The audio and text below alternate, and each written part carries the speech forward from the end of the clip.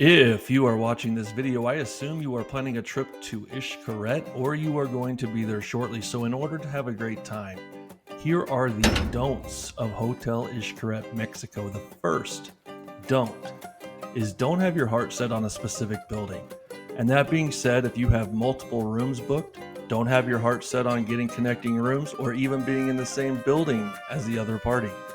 Xcaret does what it can to accommodate building preferences, but you aren't guaranteed anything. The best you can do is send your request in early, try to show up early to the resort, and you can choose adults only, you can choose your view, but ultimately you will have to be flexible. The second don't on my list is don't miss the Zenotes Excursion. There's a lot of great parks and places to see, but Zenotes is the fan favorite and it's not even close. Some people get intimidated by this trip, but there isn't anything so strenuous that 99% of the population can't enjoy this place. Also, the staff does a really good job of accommodating most situations. So go there, have a good time. It's a full day excursion. You won't regret it. Next is don't forget to pack your water essentials. This resort, more than most, combines getting wet and walking more than any other I have been to. The chafing at this resort is for real. So protect yourself with a good rash guard, some chafing cream, and try to dry off when you can. Also, you are going to need a good pair of water shoes.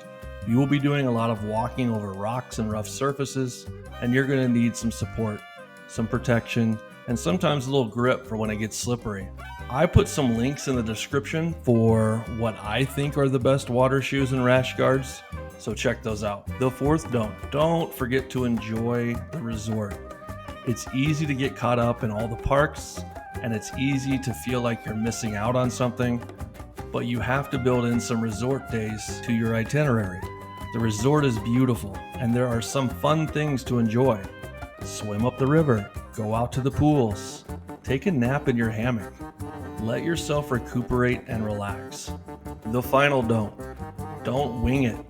Some people brag that they come in without a care in the world, but you are spending a lot of money, so make an itinerary.